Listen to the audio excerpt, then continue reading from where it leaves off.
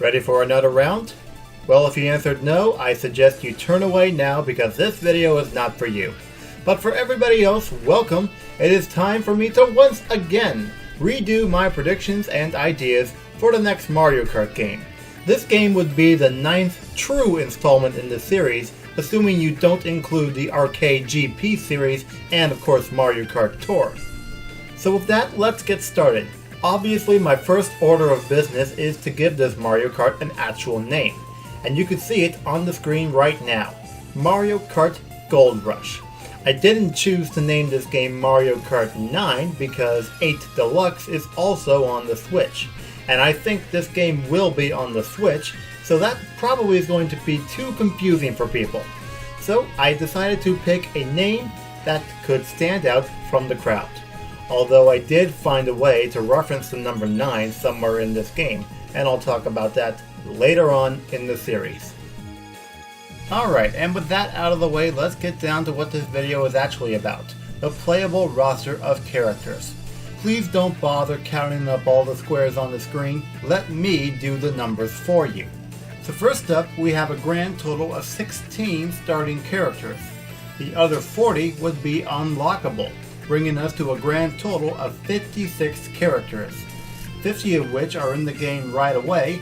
The other 6 would be available through DLC. So with that, let's start off with the starting roster, which includes a lot of characters that you should consider to be series staples. Characters like Mario, Luigi, Wario, Waluigi, Peach, Daisy, Koopa, Toad, Yoshi, DK, and Bowser. So that leaves 5 other characters to fill up the starting 16, and these are characters that have been around for quite some time, including the likes of Baby Mario, Baby Luigi, Toadette, Birdo, and Shy Guy. And there you have it, our starting 16. We are making good progress, so let's move on. Alright, so now we move on to the unlockable roster. Naturally, it consists of returning veterans and a few newcomers. First, let me list off the veterans, including the likes of Rosalina, Pauline, Baby Peach, Baby Daisy, Baby Rosalina, Peachette, all 7 Koopalings, Bowser Jr., Monty Mole, Hammer Bro, Diddy Kong, Funky Kong, Dixie Kong, Lakitu, Dry Bowser, Dry Bones, King Boo, the Mii's, and Gold Mario. Well, that filled up the roster sheet quite nicely, wouldn't you agree? Well, we still have more to talk about, so let's keep moving along. Alright, now we have the characters who would be considered to be the brand new racers, the newcomers as I like to call them. As I list each racer, I will briefly talk about why I think they should be a playable character in Mario Kart. Let's start off with Luma. Luma made his debut alongside Rosalina in Super Mario Galaxy, and since then he's had a few playable appearances, mostly in Super Smash Bros. And in Mario Tennis. This is a good start, but I think we can do even better. Let's make him a playable character for the next Mario Kart game. Next up, we have the Sprixie Princess, who was part of a group of 7 who all made their debut in Super Mario 3D World. The green one in particular made her playable debut not even a year after 3D World came out in Mario Tennis Ultra Smash. That is very impressive. What's more, 3D World is very likely to be ported over to the Switch, so I think what better idea than to tie the two together and bring the Sprixie Princess in as a playable character. It really boggles my mind why this guy has not been playable yet. I am talking about the Pianta from Super Mario Sunshine, who, despite being in plenty of games since his debut, has only been playable in 2 games, both of them being Mario baseball games. Nintendo, this is absolutely pathetic. You can do so much better than this. Either bring him into Mario Kart Tour or Mario Kart 9. Your choice. You don't have an option to not bring him in. The enemy of 1,000 spiky balls. Spike is our next character. He made his debut in Super Mario Bros. 3, got brought back in New Super Mario Bros. Wii, and since then has been playable in 2 games, Mario Party 10 and Mario Tennis Aces. We are on the right track towards making Spike a playable staple in the Mario series. Our next goal, get him into Mario Kart.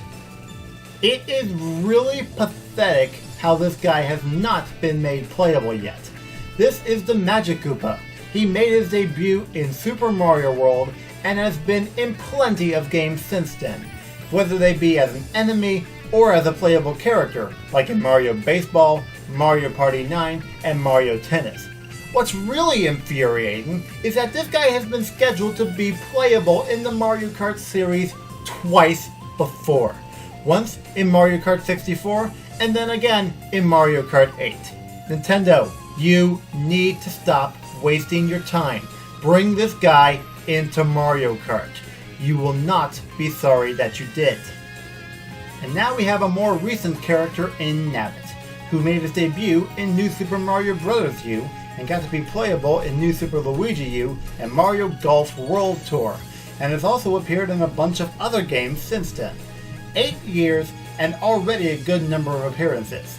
You cannot tell me that Nabbit isn't a prime candidate to become a playable driver in Mario Kart. The Hat, the Myth, the Legend, Cappy from Super Mario Odyssey is our next newcomer. I don't think too much needs to be said about him. Super Mario Odyssey is a smash hit, and I wouldn't be surprised if they try to bring Cappy into any game as a playable character.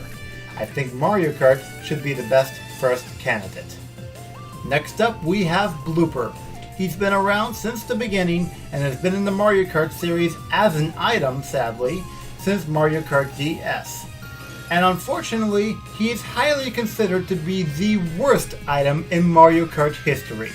This is something that even Reggie Fils-Aimé has gone on record saying. And I can't help but agree. I just think that Blooper would be much better off being a playable driver instead of an item. Now before we move on, let's take a quick look at the roster sheet. You may notice that there is still a gap between Blooper and Gold Mario. That is because I am introducing 2 brand new Metal characters to the picture. No more Pink Gold Peach, no more Metal Mario. Instead, take a look at this. Oh wow, look at that. Gold Mario just completely turned red, and a green Luigi filled the gap between Gold Mario and Blooper. These 2 are colored after precious stones, in particular the ones colored after their primary colors. So in the case of Gold Mario, we've got Ruby Mario, and Luigi is Emerald Luigi. But there is still more. Watch the transformation of Ruby Mario and Emerald Luigi. Yep, you saw that right. Emerald Luigi just became Silver Luigi. So that does it for the 50 starting characters, but I still have 6 more to talk about, and those are the DLC characters. Let's start off with Pack 1. The first pack of DLC characters is kind of themed around Super Mario Galaxy, with returning characters such as Ice Mario and the Honey Queen. And the newcomer also happens to be a character from both Mario Galaxy games. I am talking about the Penguin. We all know the penguins. I mean, you've done it before. Admit it, you've thrown the baby penguin off the side of the mountain in Mario 64. Simply put, my point here is these characters are iconic within the Mario series, and I feel they deserve the chance to hit the racetrack. Now as we put them onto the roster sheet, we get to move on to DLC Pack 2. Like with Pack 1, there are 2 veterans and 1 newcomer. The veterans are Rob from Mario Kart DS and Wiggler from Mario Kart 7. And the newcomer is Boom Boom. This guy debuted in Mario 3, and it took him forever to come back into the series. It wasn't until 3D Land where he finally made his return. And since then he's been in just about every mainline Mario game you could think of, with 1 playable appearance in Mario Tennis Aces. That's a good start, but now we need to get him into Mario Kart. Sorry for the rhyme there. And there you have it. 56 total racers. But guess what? I'm still not done, because 21 of these characters would have alternate costumes to choose from. Let me go ahead and list them off right now. Let's start off with Mario. Some of his costumes come from Mario Kart Tour, in the likes of Classic Mario, Musician Mario, Builder Mario, and Chef Mario. And from there we get Dr. Mario, Wedding Mario, Mechanic Mario, and Racing Mario. The bulk of Luigi's costumes are derived from power-ups, except for one, his classic outfit. We also have Fire Luigi, Ice Luigi, Penguin Luigi, Bee Luigi, Boomerang Luigi, Flying Squirrel Luigi, and Cat Luigi. Most of Peach's alternates come from Mario Odyssey. The only ones that don't are her doctor attire and her equestrian outfit from the Olympics. Other than that, we have her wedding gown, her winter coat, her vacation attire, her explorer gear, her farmer getup, and her white kimono. The generic pink one from Mario Kart Tour for me is just too boring. And I also did not include her swimsuit because, I don't know, would Nintendo go that far again? Likely not. I only chose one alternate for Daisy, and that's her fairy costume from Mario Kart Tour. Likewise, Rosalina's lone alternate comes from Mario Kart Tour as well, and it's her absolutely awesome Aurora costume, which was included with the Vancouver Tour.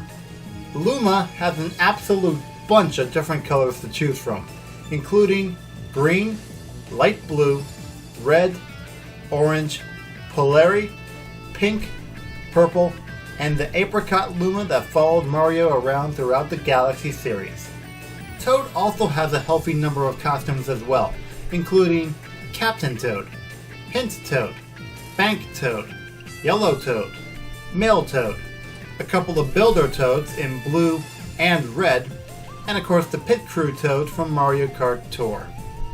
It's a pretty similar story with Toadette. She also has her Builder attire, plus her Archivist gear from Mario Odyssey and Treasure Tracker. I don't need to explain Yoshi too much. He would just be using the same colors he used in Mario Kart 8. Oh yeah, and while we are talking about Mario Kart 8, it's the same story with Shy Guy. All 9 costumes from Mario Kart 8 would return for him as well. Birdo also has the same color options that Yoshi and Shy Guy have. Now seriously, each and every one. It's easy to figure out who the Sprixie Princess would have as alternate costumes. It's the blue, purple, red, yellow, cyan, and orange Sprixie Princesses from Mario 3D World. It's color swaps aplenty for Pianta. There's red, yellow, green, purple, pink, orange, brown, and an original gray. Bowser only has 2 alternate costumes, his wedding tuxedo from Mario Odyssey and his doctor getup from Dr. Mario World. There's just so much going on with Koopa. There's red, blue, and gold variants, along with the roving racers from Mario Odyssey in green, red, blue, and yes, gold as well. Hammer Bro was not alone when he arrived in Mario Kart Tour. Boomerang Bro, Fire Bro, and Ice Bro all joined him in their debuts. It may be hard to believe, but Spike also has an alternate color, and that is the Stone Spike, who debuted in New Super Mario Bros. Wii. With Magic Koopa, we have all of the rainbow colors: red, orange, yellow, green, the default blue, and purple. King Boo's alternate is pretty obvious. It's his Luigi's Mansion 3 design.